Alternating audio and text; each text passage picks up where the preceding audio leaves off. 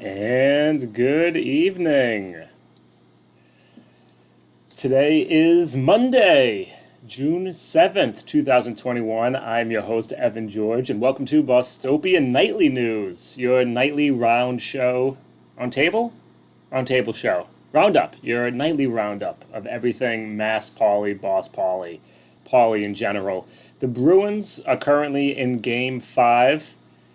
Second round, just scored, making it a 4-5 game after an embarrassing showing by Tuukka Rask and an incredible showing in the start of the second period from their goalie. So I'm going to try not to let that distract me, because I don't think anyone in my audience really cares about hockey or my views on sports. But to begin with your top story of the night, I think quite a few things. This music has been brought to you by my good friend, Ryan Scally, by the way. Definitely check him out. But that is not your top story. Your top story tonight that I'd like to start off with is finally Kim Janey has officially fired suspended Police Commissioner Dennis White. Now, I've spoken ad nauseum about this. I think everyone is familiar with the stakes and what happened. But ultimately, after an incredibly rushed and what will be drawn out for years decision by Marty Walsh to immediately name William Gross's successor, Boston Globe ran a story about past instances involving Dennis White, most notably him being part of an investigation after he allegedly threatened to kill his wife and assaulted her multiple times, who was also a Boston police officer, who also reported it to the Boston police, who also did nothing. And what will happen next is Dennis White will probably file a wrongful termination suit, and this will be dragged out in the courts for years to come. Now, Marty Walsh continues to say that he did not know about his Dennis White's past. He might have to actually swear that in court, that he was not familiar with it. So, Kim Janey definitely did not do Marty any favors. I was concerned for a day or two after Kim Janey said she needed to deliberate and decide the decision, because she made it clear that she wanted to fire Dennis White. The courts gave her permission to fire Dennis White, and yet she delayed. And I thought that was due to, one, the recent polling data that had Anissa Sabi-George leading the pack at 22%. Is it possible that she looked at that and thought that maybe she should start to go for more of those conservative votes? I had another second fun fan theory that because this is just going to give a headache to Marty Walsh for the next few years, that maybe he was making some calls. Maybe he reached out to Kim, who's in a tough mayoral race. But it looks like she ended up doing what definitely, again, is going to cause him some sleepless nights. So Dennis White out. We will see what the search looks like for the new Boston Police Commissioner, while, again, the courts are going to decide the lawsuit. Now, this is a good time to say that if you were listening to me on a podcast, I will not be able to do the podcast tomorrow morning, as I actually have to do things for my real job.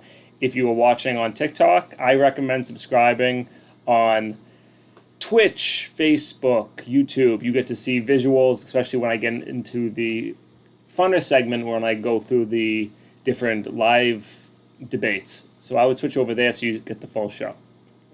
Now, another story that I did not get to discuss during my 60-second rundown I did on the podcast that I feel is very important is the Boston Harbor Islands. So unless you are familiar with the area, it's something that you probably never knew Boston had. And these small chain of islands, I believe about 140 of them, that first indigenous populations lived on 12,000 years ago. They're subject to many of our parks, many historical landmarks, and they are, I guess, in the top 11 of the most endangered historical places in the country, with Boston being what is projected to be one of the hardest hit cities where it comes to rising global sea level rise. Of course, I'm sure was second or third to Miami. Now, these chain of islands, through erosion, through global sea level rise, are basically decaying into the water.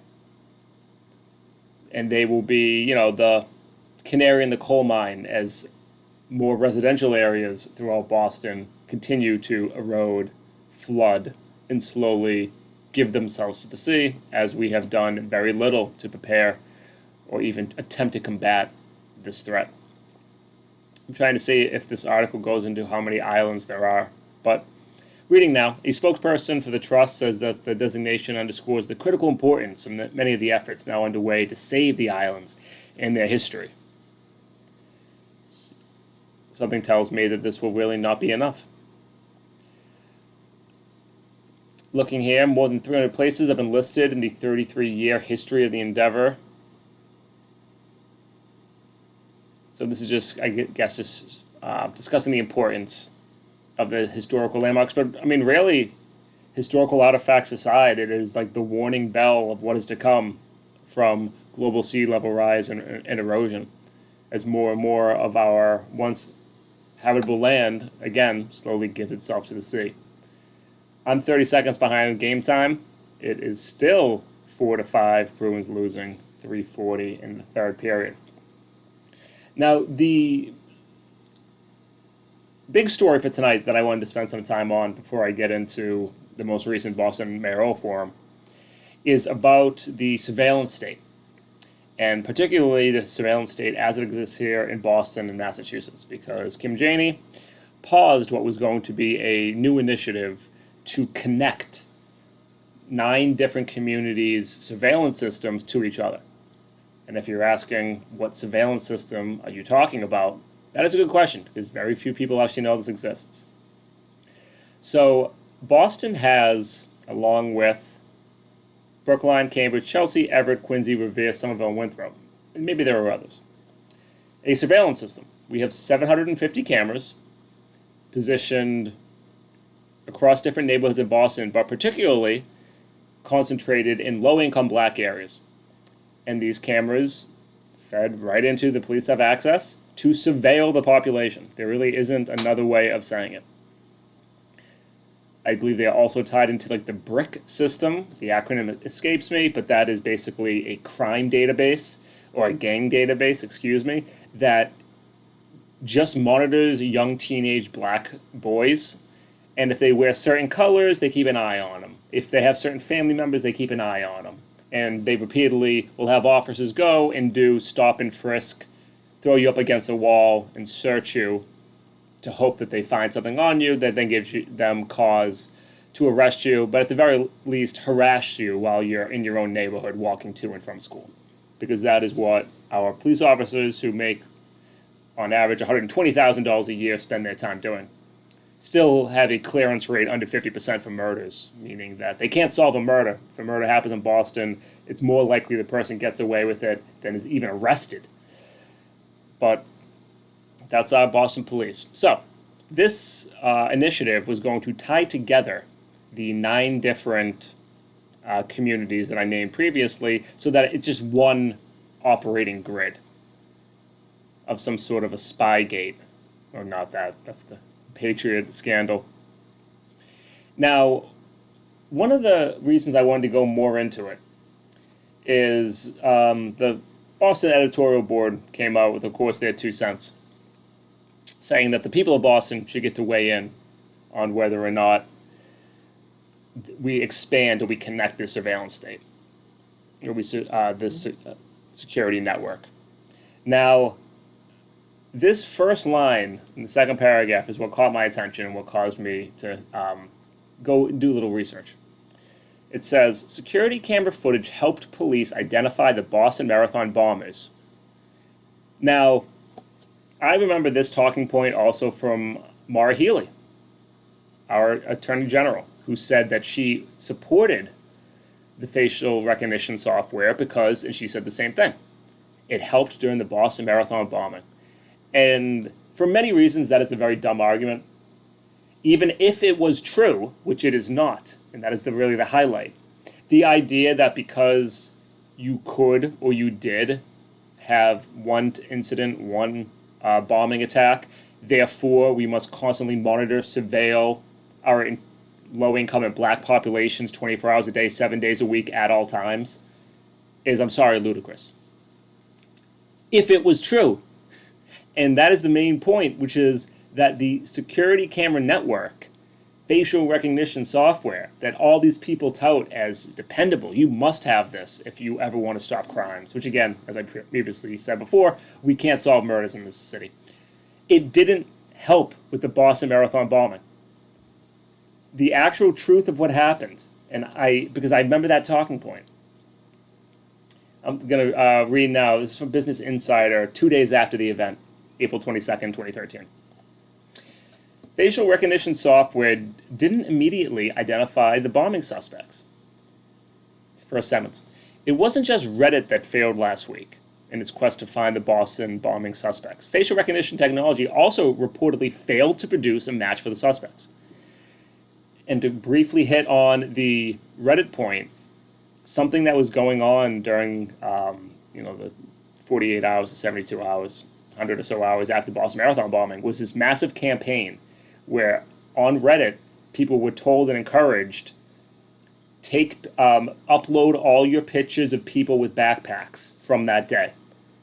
And then this caused, quite obviously, people to then look at the photos, find people in backpacks, and then to begin to accuse them of being the bomber. So much so that I believe the New York Post ran a front page of two people completely innocent. I think they were college students who just came back from a running practice. Their picture right on the New York Post. But facial recognition cuts. This is the cell that they give us.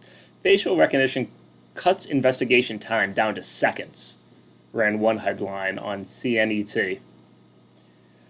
Proponents of the technology say that the apparent failure isn't within the facial recognition technology itself. Let's see, keep scrolling. But ultimately, they had the photos of the brothers beforehand.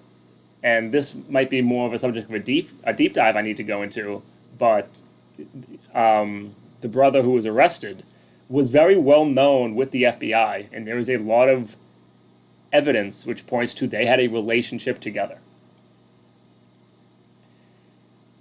And yet, despite their photos being in the system, the facial recognition technology failed to identify them.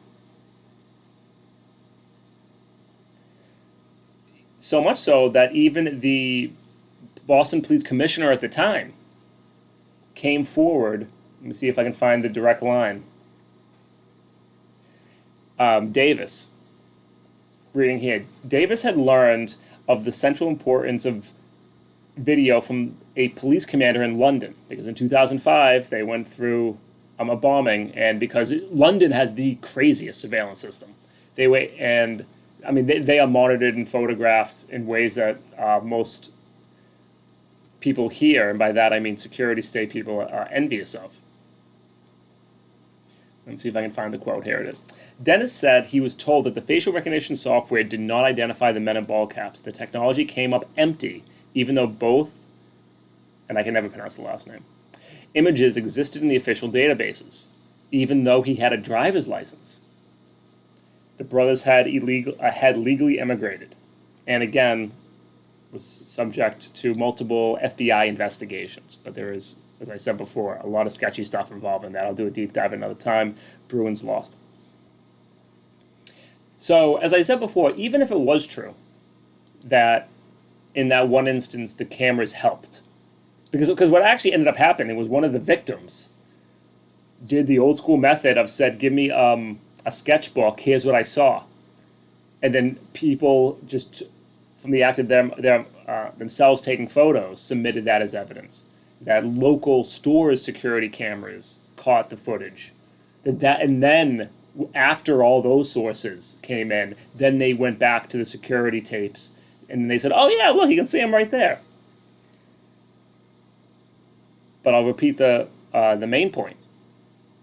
Even if it was true that it helped, it still does not in any way justify living under a constant monitoring surveillance of your every move and the type of harassment, particularly in low-income black communities, face. But again, it wasn't true. That was not the cause of how we identified the bombers. It added supplemental evidence days later.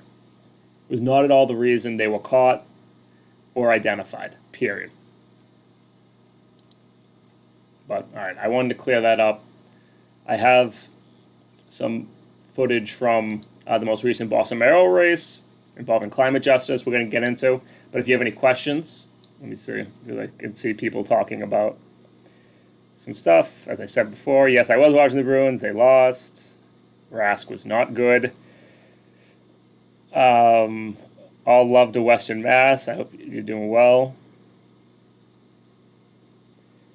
I am not familiar, at least right now on the top of my head, the Molly Bishcam, case.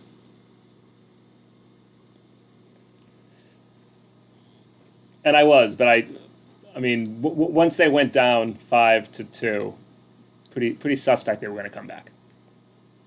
All right, let's now take a look at the most recent Boston mayoral forum, so we can keep an eye on our candidates. As I said before, if you're watching on TikTok, I recommend you switch over to Facebook, YouTube, Twitch, so that you can actually watch the candidates' faces, get to know them. And as always, like, subscribe, do all the fun things, so that more people can become indoctrinated with socialism and good left news. But, all right, take it away. Does it work? What action would you take to address the root causes of environmental injustices? And the question was, what policies would you promote for the cause of racial injustices? Let's see how they handle it. Start with Councillor Campbell. Thank you, Manuel, for the question, and that is the critical question. As a councillor who represents largely a community of color, I am still getting calls to this day with respect to residents who are dealing with higher rates, of course, of air pollution, asthma, lead in their pipes, lead in their water, concerns around gas leaks. You name it, the list is long. And so I'm really proud of the environmental plan that I put together that looks at how we get to the root causes of these issues, as well as the public health plan that I put out. And let me tell you, that would take a whole Zoom, more than 90 seconds to get to. So I encourage everyone to take a look at those two policies on my website at andreacampbell.org. But the critical piece is, I say metrics and data. There is a limited ability for the city, or limited amount of data from the city of Boston on how we actually track these rates around air pollution, all the issues I mentioned. Once we have a sense of what that looks like, how do we then respond with policies and solutions that actually address these issues? And that means, for example, investing in communities, more communities of color with more trees, expansion of access to parks, making sure that folks, of course, have access to their public health and primary care physician, for example, to address the health concerns related to environment, making sure people have healthy living and healthy housing, of course. I see 10 seconds left in the chat, but please do take a look at my policies on my website with respect to these issues. Thank you. This is going to be a tough question to actually get people's direct input on, to be honest. I have to say I'm enjoying the crisis around the timer this evening. It's all over the place. But the answer to environmental injustice is climate action, but it's climate action in partnership with community. It cannot just be about emissions and building greener buildings. That's what white, wealthy suburban activists have told us to focus on for too long. Climate action must begin with our frontline communities whose health and safety is most at risk, especially our communities of color. It is just fun. I'm smirking because her primary voting bloc in Boston is the wealthier, whiter, more suburban, calling you out, West Roxbury population. And low-income communities. It's why we're talking about this issue tonight with all of you. We need to take the proactive steps to address the real, everyday environmental injustices that happen across our city, in each one of our neighborhoods, and across, in particular, our lower-income communities and communities of color, to fight air pollution, to fight the high rates that create the high rates of asthma, to make sure that we are protecting our coastal neighborhoods. We talk about the flooding all of the time. We need to, of course, as many of us have mentioned, improve public transit and grow our tree canopy. We need to make sure that we are doing this work in partnership with community. As mayor, I will lead hand in hand with the residents and the advocates of this city by building a diverse coalition. Those of you that are here tonight need to be a part of this work. It's so important that you're working hand in hand with me as your mayor, and I look forward to doing that with you. See, the big question, and what they would need to ask somebody like Anissa, is any sort of climate resiliency is going to be fundamentally dependent upon how we treat our coasts. And right now, we are allowing our coastal shores to be bought up by private developers for luxury condos. The entire seaport is basically just going to be flooded in a century, and all we have done is build glass boxes that barely anyone lives in. All development that Anissa supports, even though everyone gets to say that they think it's a shame what happened to the seaport. So the more direct question, and there is a quick Q&A that they ask them yes or no, is this like the fundamental question is about waterfront. Do you reserve quarter of a mile from the coastal line, which will be used to build up waterfronts, burbs, parks, things that actually add to the resiliency? Or should we just let developers keep going crazy? Sand dunes. Thank you so much for that answer. Next, we have Mayor Jamie. Thank you so much. So getting at the root causes of environmental injustices means that we have to tackle racial injustice, quite frankly. These issues stem from generations and generations of racial injustice, of discriminatory practices and policies, of structural racism in our country.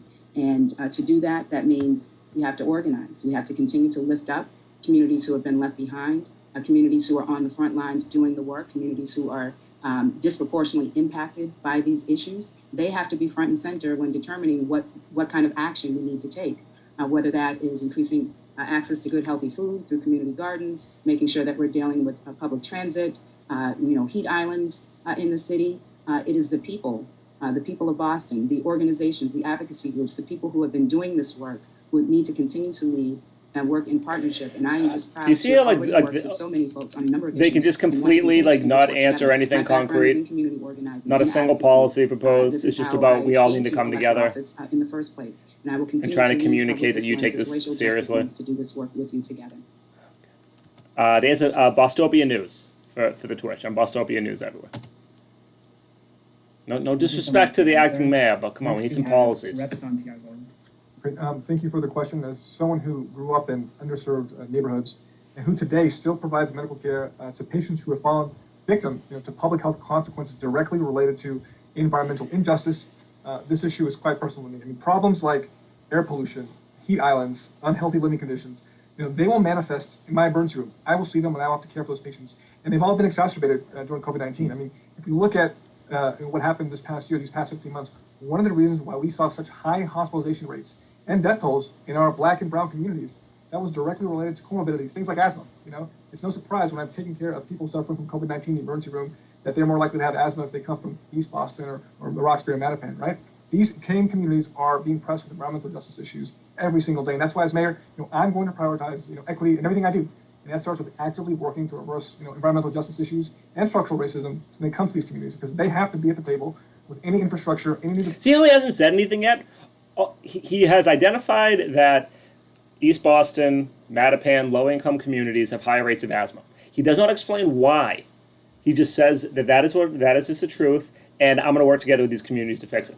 If he's not going to address that it has to do with the construction of our highways and also the lack of any sort of carbon capture, and I'm talking about trees when I say that, in these areas, the lack of parks to actually clean up the air quality. And again, the big thing is their proximity to the highways, which were purposely put in low-income neighborhoods because that is where there's going to be the least resistance to the noise and the air pollution that highways cause.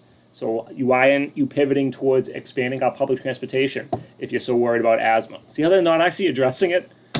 Oh, God, it's maddening. And especially when it comes to EJ communities, I'm going to commit to incentivizing sustainable infrastructure investments. I'm going to include them in everything I do. And I'm going to make sure that they're part of the green workforce because we need to make sure that they are front and center on this very important issue. Someone give me a policy. Thank you so much. Next, we pass it on to Councilor Wu. Thank you. To get at the root causes of environmental injustice, we have to take action that is urgent, that is unafraid, and that is interconnected. I will always carry with me the memory of standing with members of this coalition at the basketball courts of the Josiah Quincy Upper School to mark a new report a couple years ago citing just how disproportionately communities of color are exposed to air pollution. That Chinatown had the worst air quality anywhere in the state, and the very spaces we are sending our young people out to exercise, to grow, to breathe in the air, when you look up, we're surrounded by highways put there by policymakers and the highways filled with cars, stalled, trucks Michelle knows. stalled, spewing that poison into the air. And so we have to act to recognize that to untangle the environmental injustices, we have to go deep to reform our planning and development system, abolish the BPDA, and make sure that we are centering planning in a way that prioritizes our community's immediate and long-term needs, to center housing justice, to deliver a Boston Green New Deal. All of these things require democratizing our decision-making process. Environmental justice communities, those who are most impacted by these very burdens, also have been leading the way in implementing solutions. All we have to do is to amplify, connect, and invest in what communities are already doing. See? Identified, she said, democratize our housing decisions. So I'm blanking on the second word. And what does she mean by that? She said it previously, abolish the BPDA. That all this has to do with planning. She correctly identified highways. I wish she talked about public transportation, but it's good. But she at least is talking about policies to address it, not just recognizing, oh, there's high asthma or the needs. Love that she brought up highways. I promise I didn't screen this beforehand, but Michelle is very good with environmental policy. And then you got to get rid of the decision-making process, which doesn't actually take into account the communities and families that live in these areas, their health concern. The BPDA explicitly says we are only here for property value, because increasing property rates, increasing property, blanking on it again. The higher the investment, the more we get back. Property value. My God, it's been a long day. Bruins pissed me off. All right, now John Barros is going to embarrass And himself. finally, I should actually thank skip him, to be you, honest, because he's no Barros. shot. I have a better shot of becoming mayor than John Barros. Thank you, Wahaj, and thank you, I'll be Manuel, fair. for the question. To address the causes of the root causes of environmental justice, we need to also make sure that we're addressing economic injustice and racial injustice and poverty and protecting the seniors and protecting those most vulnerable in our community, particularly our communities of color. It's also about ending displacement, improving public health, improving transit, and making sure that we are building it on resident leadership, particularly youth leadership, that we're seeing modeled here today. Doing better than the other This is 4 or work that I've 5. been doing my whole career. And I plan to lead on this issue with a grassroots approach, engaging communities affected most by this issue in a meaningful way, so that they can develop the solutions in partnership with my administration. I know it takes more time, but it also produces better outcomes. I will work to make sure that all outreach and community engagement is equitable. I work to make sure that communities are leading the conversations in the way that it's being led today, and that the city is partnering as an implementation partnership. And then partnership to make sure that it gets done. We need to make sure that parks and open space are available to all of our communities, particularly those that are most marginalized. We need to make sure that carbon neutrality is something that is real as we build and as we retrofit all of our communities, particularly those most marginalized. We need to make sure that the zero waste plan is something that is in full swing in all of our communities, particularly those most marginalized. He at least ended with probably did just as Thank you all for sharing. maybe 2 Next points up, better than the other Maya. ones. Who hasn't gone Hi, yet? I'm Maya, and Oh, okay. the final question is, how will you all tackle the zero emissions goal for both vehicles and buildings? Most are probably going to focus on what the city can do, like city-owned building and city-owned vehicles. Let's see if anyone gets creative. We will start with Councilor Sabi George.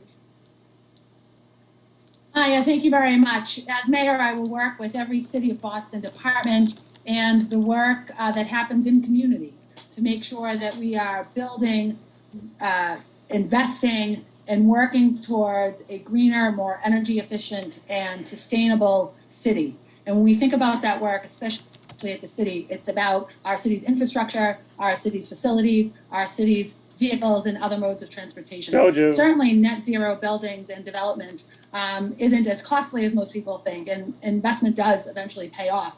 We need to make sure that we are helping those that are building our city, help them financially, but also recognize that as the city, we have certain leverage with our own infrastructure, publicly owned infrastructure, and we can, through that, bolster some long-term climate resiliency visions. We need to do that, and certainly through my work on the City Council, especially as Chair of Education, we think about our largest portfolio of facilities, of our buildings, of our built environment here in the City of Boston. The Boston Public Schools can play an important role in that. We own them. Let's make sure that we're fulfilling the promise of a climate resilient city through them. But we can also do it through our vehicles, through our bus fleet, through our cars, and through all of the work that happens and comes through the city every single day. Yeah, I know. I knew whoever went first was going to hit the city-owned vehicles and buildings. And one, I'm very skeptical if Anissa actually supports having like zero building emissions development. She's very pro-developer. But she did mention, we, the city, need to help our developers. So this is basically the conservative policy is going to be, okay, well, we'll use public funding to give to billionaire developers to make it so that they retrofit or they use net zero energy sources in their buildings. So basically, it's just going to offload the cost onto us, the public, while the large-scale developers won't have to pay and they can maintain their profits. Thank you so much. Up next, we have Councilor Wu.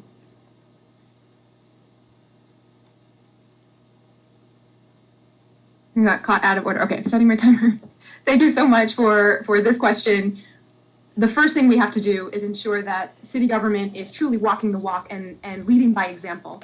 In our bus fleet today, just think about the 24,000 students that we're sending on trips on those yellow buses to and from home every single day. More than 300 of these buses are still diesel buses, spewing those particulates into the air as we're sending our most precious cargo, our young people, to where they need to go to grow and learn and breathe. And so we need to make that urgent shift for Boston's bus fleet, which is about 60% of our emissions total from diesel fuel that's used up by the city, to our buildings all throughout the municipal footprint. That should happen right away. I put forward a Boston Green New Deal that lays out the specific plans for how we would get there. I want to accelerate our timeline, so we're not aiming for the year 2050. Even if we got there at that point in time, after multiple changes in administration and new leadership, we would only have a 50-50 chance of livability on this planet by aiming for 2050. It needs to be accelerated as much as possible. I'm committing to 2024 to make sure all of our municipal buildings are clean and green, and then making sure by 2030 our citywide electrical grid is clean so that we can accelerate that much more quickly. Thank you for your response. Up next, Michelle's really good on environment. I can't really critique her. Hi, great. Thank you for the question. Carbon neutrality is central to tackling climate change. I mean, that's why I was proud to advocate, vote for, and pass the 2050 climate roadmap bill on Beacon Hill. Again, one of the most progressive pieces of legislation in the entire country. And what we did was set a goal to get us to. All right, well, one, that's blatantly false in terms of it being one of the most progressive pieces of legislation in the country. Second, it doesn't have an enforcement mechanism. I'm pretty sure we're already delayed in meeting the target. Beacon Hill, they passed a goal, and they're just all right, we did it. But if you don't have an enforcement mechanism to actually hold businesses, hold private corporations, hold national grid to any of this, then it doesn't get done. Carbon neutrality by 2050 with very clear benchmarks along the way. And as mayor, I'm going to do everything I can to accelerate that, to beat those benchmarks, because we have to. We don't have a choice. I'm going to do so by cutting emissions, as you said, in the prompt of the question, by our two biggest polluting industries, development and transportation. Right? When it comes to development, I want us to reimagine how we go about building new buildings in the city of Boston. I want to get new buildings built on net zero by 2035. Right? For the existing buildings, which again make up 70% of our emissions, I will prioritize creating a fund and providing tax credits to make sure that they can be retrofitted, particularly in communities and affordable housing buildings that may not have the resources, but we're going to find them. It's all going to be tax credits. And again, transportation. A couple of we need to definitely large electrify the developers. city's fleet. We need to support the expansion, the real expansion of electric vehicles throughout the city, and we need to really just make sure that we are using public transportation and encouraging things like micromobility. Listen, I don't have a car. I feel fortunate that I can take the T and I can walk to work and I can take the bike. We need to make sure that the city of Boston is encouraging that type of lifestyle. I'm committed to doing that. Micromobility? Thank you so much. Up next is Mayor Janey. Thank you so much. We certainly need to build green, but it's not just moving forward toward the future. We have to look at the buildings that already exist. Boston is a very old city. As I mentioned earlier, there's $48 million invested to identify energy retrofit opportunities within city-owned buildings. We have to lead by example. And on that front, we can do the same in terms of our vehicle fleet.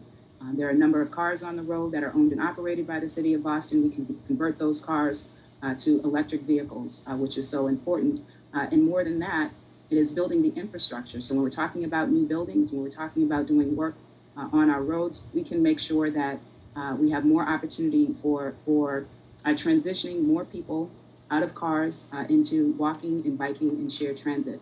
If they are going to be in cars, it can be shared transit. We can make sure that our roads work better for buses. Very proud, too, to continue to work on a free bus she mentioned buses. for the city of Boston on a major. So it's an easy pivot for you, Kim. But there's a lot of work that we can do, that I am doing as your mayor, and it is important that we continue to lead by example in the city of Boston. That is what I'm doing. Thank you. Mr. Behrens, you're up next. Thank you very much. I think it's critical that the city leads the way on this. The city's already allocated $45 million while I was chief of economic development for energy efficiency and renewable energy investments in city building. We need to do a lot more. We need to double down on that and make sure that even double that number. We need to make it to 90 million. We've already invested in 14 buildings. We need to increase that. We need to make sure that as we build new school buildings, that we are scaling up the amount of investments that we're doing and that we're doing it quicker. As we move to an EV fleet in the city of Boston, we need to be driving the demand for new tech in that space and make sure that Boston is ready to work with the entrepreneurial community in the city to make sure that we can have the best technology possible to provide the kind of energy efficiency and zero carbon fleet that we could possibly have.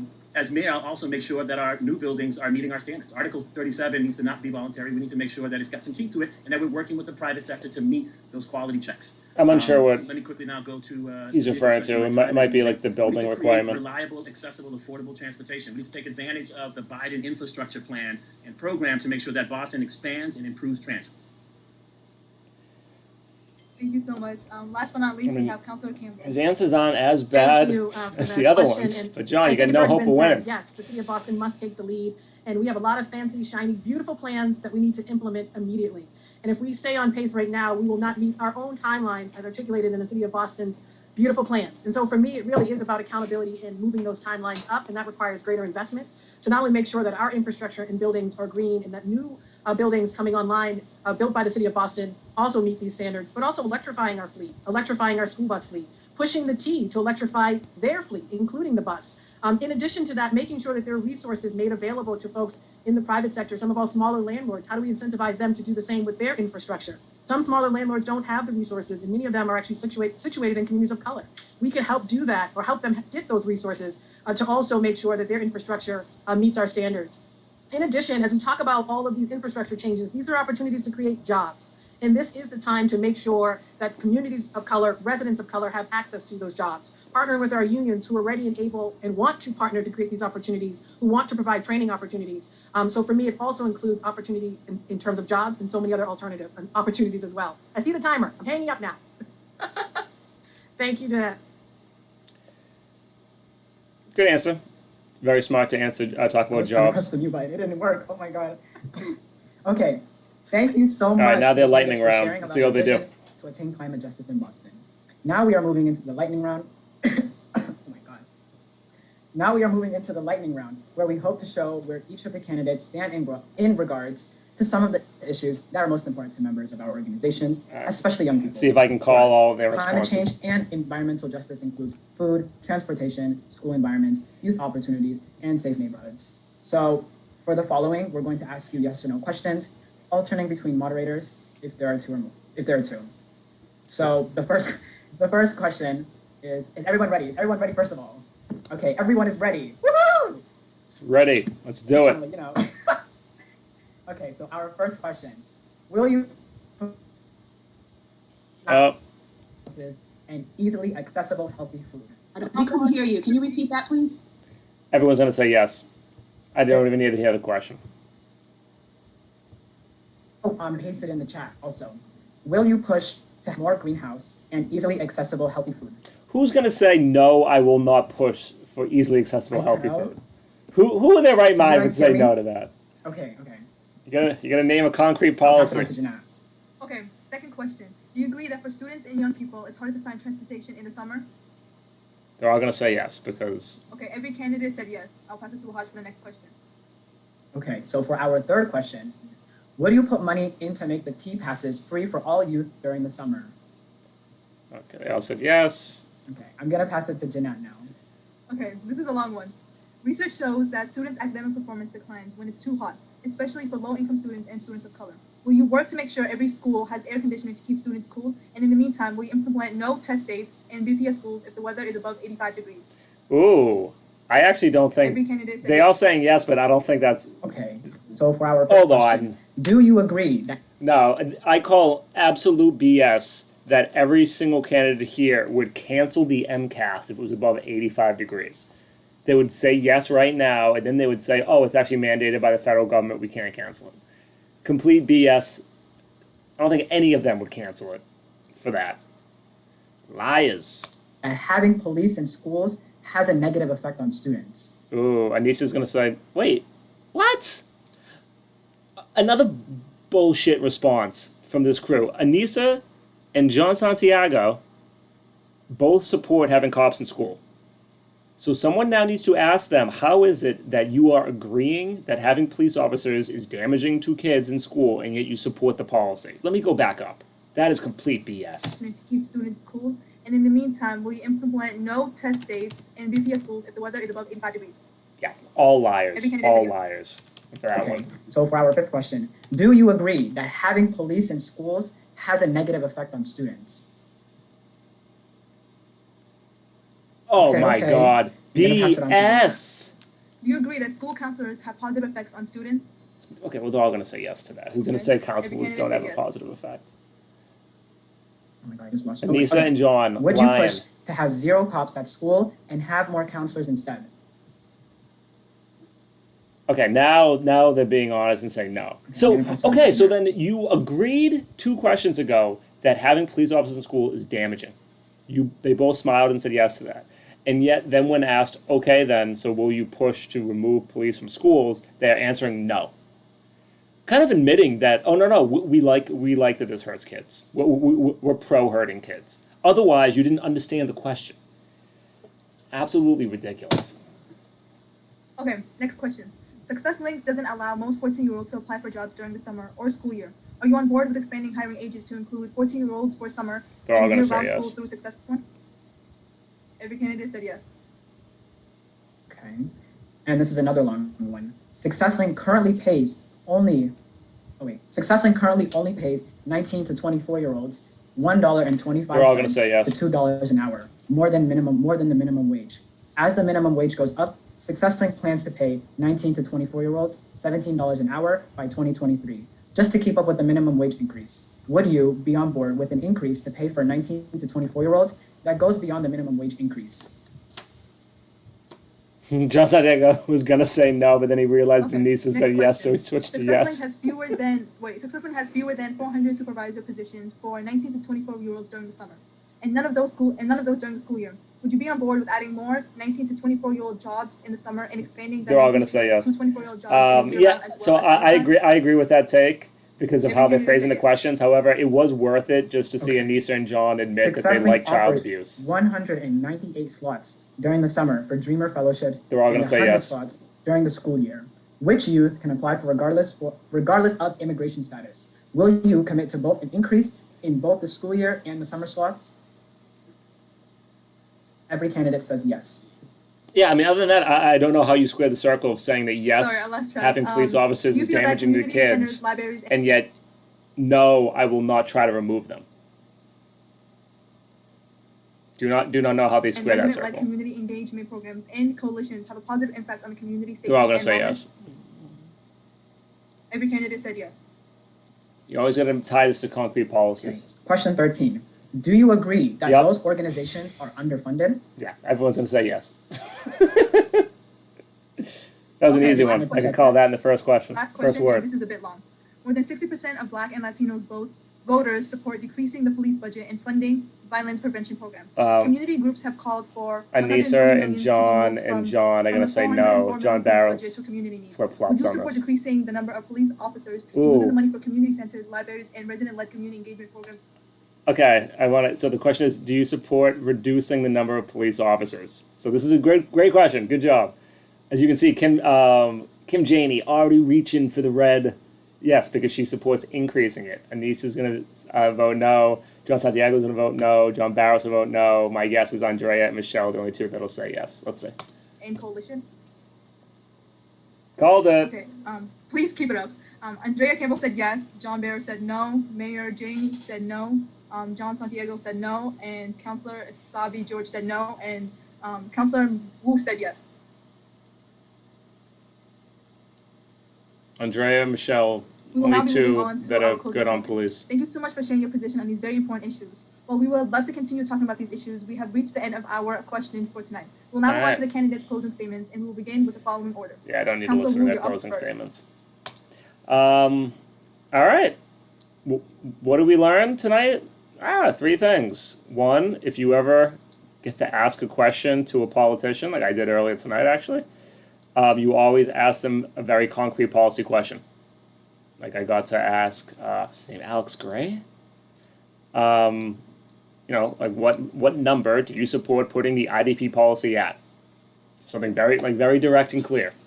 It's not, the question isn't phrased, do you support more affordable housing? Everyone's going to say yes to that. We learned that Anissa Sabi George and John Santiago want cops, even though they understand that's harmful for children. So that was fascinating.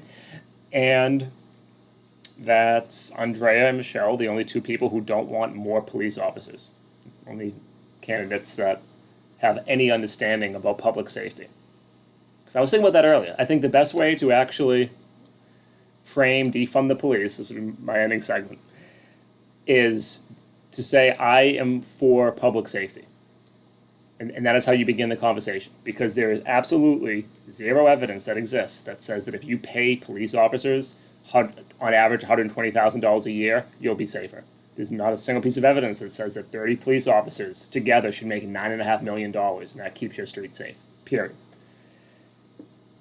And so addressing crime, the root causes of crime, and I think I said this last week, I'm going to keep repeating it.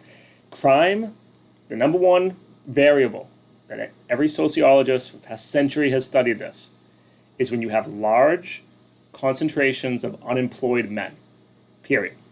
That is the cause of crime. There are other wider material conditions and some other stuff going on, but it is ultimately when you have a large population of unemployed men. And so if your policy is going to be addressing that issue, and ultimately it is about where do you put the resources? Do you put it into paying cops hundreds of thousands of dollars a year, or do you take that money and you put that into addressing the root causes of crime? Andrea gets it. Michelle gets it. I'm skeptical on both, I'll be perfectly honest, in what they'll be willing to do as mayor in terms of how do they use power. But if you can't recognize what is just a basic truth about public safety and the origins of crime, everyone else, they think crime comes because there are some bad people, and those bad people live in the bad neighborhoods. So we need to surveil, police, abuse, harass, detain, arrest, and cage those bad people to keep the rest of us safe. That is why they all want more cops. That is their view of where crime comes from. But, all right. I'm going to call it a night with that. Appreciate everyone following the show. Appreciate whoever just subscribed. Thank you so much. I can't say it enough for the TikTok people. I would subscribe and watch over on Twitch, YouTube, Facebook. I get to look at the camera more. You're down here because TikTok won't let me be up here yet.